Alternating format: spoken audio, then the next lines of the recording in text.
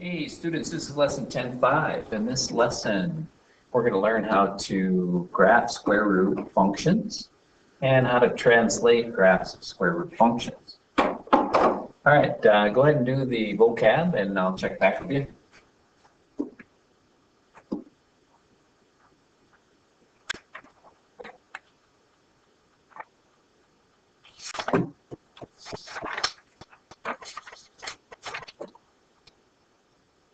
All right, here's key concept, what we're going to use. A square root function is a function that has an independent variable in the radicand. The parent square root function is y equals square root of x. For real numbers, the value of the radicand cannot be negative. So the domain of the square root function is limited to values of x for which the radicand is greater than or equal to 0. Think about that and write true or false in each of those, and I'll check back with you.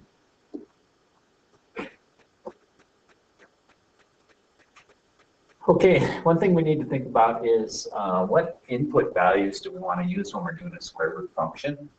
And the important thing you should know is that the radicand must be at least 0. And by that, what we mean, the radicand is the number underneath the square root. So in this case, the expression 2x plus 1 must be at least 0.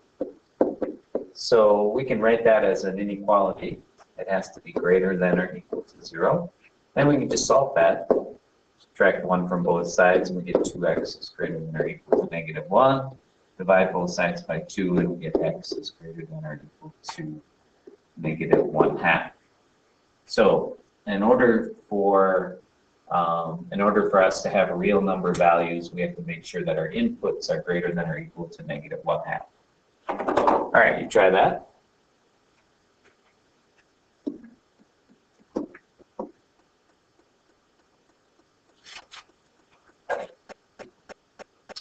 All right, to graph a square root function, all we need to do is to find some values that make sense for it.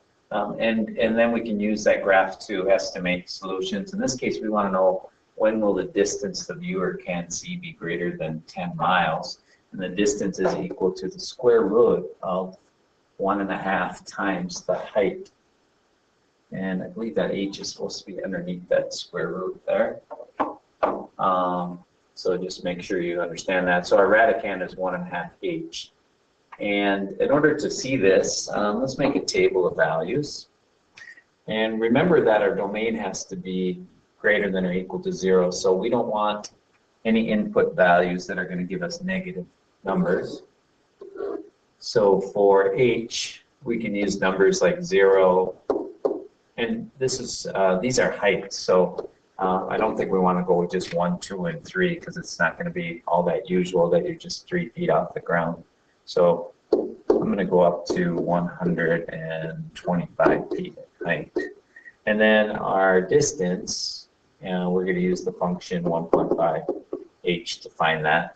And if we put 0 in for h, we get 1.5 times 0, which is 0. And so that distance would be 0. Putting 25 in there. And on our calculator, we would do the square root of 1.5 times 25. And we can just approximate that. That's about 6.1. And using this second enter on my calculator, I can just go back quickly and get my other values here. I want 1.5 times 50 as my radicand here. That's about 8.6, and then times 75, and so on. That's about 10.6. So my numbers are about 6.1. These are approximate now. 8.7, 10.6, 12.2. and 13.7. And so I'm going to choose a scale that will be appropriate for this. I'm just going to skip every other line and say 25. So my scale is actually 12.5. So this will be 125 and 150. All right. And then on my y-axis, I want to go let's see, we need to get all the way to 13.7. So maybe if I go by 2s, 4, 6, 8, 10, 12, 14, 16, that should do it. And I have a point at 0, 0, a point at 25, 6.1, a point at 58.7, 75, 8 points, 75, 10.6, 125, 13.7,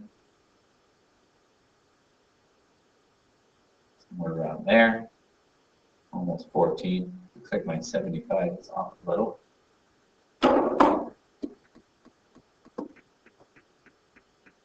I skipped over 100 when I put my numbers down. So at 100, we should be at 12.2, which is about there, and then at 125, we should be about 13.7.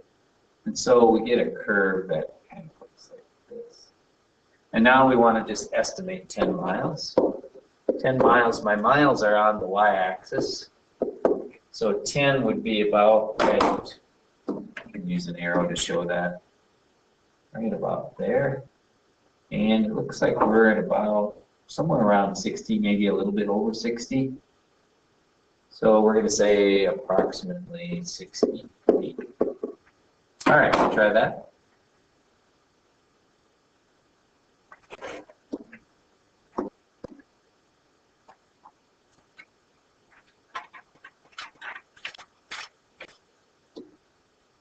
All right, we're going to translate graphs, use translations to help us quickly get a graph of a square root function.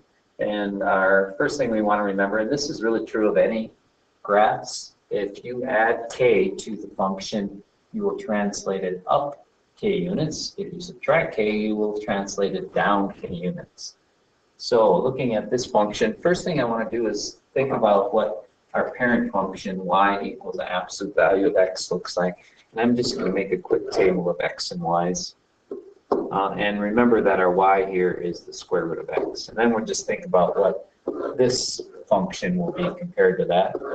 And I want numbers that I can take the square root of real easily. So those are perfect squares. So the square root of 0 is 0. The square root of 1 is 1. The square root of 4 is 2. The square root of 9 is 3. So we have those points at 0, 0, 1, 1, 4, 2, and 9, 3. And then if I just draw a curve, that's what the square root of x looks like. Now the square root of x plus 4, I'm just going to be adding 4 to each of these. So what that's going to do is just give me a number 4 higher from each of these points. So if I just count up 4 and put a point at where each of those points were, that will be this function. So 2 plus 4 is 6, and 3 plus 4 is 7, and here is the graph of y equals square root of x plus 4. All right. Good, you try that.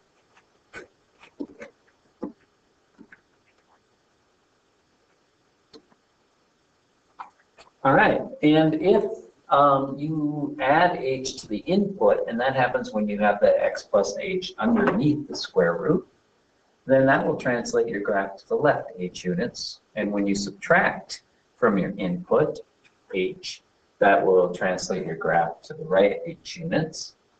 So again, I'm going to put the square root of x on here. Well, it's already on here, and there's a couple points we want to use, and those were the points that we had in our table on the last problem. 1, 1, 4, 2, and 9, 3. And when we subtract underneath like that, that's going to translate the graph to the right 3 units.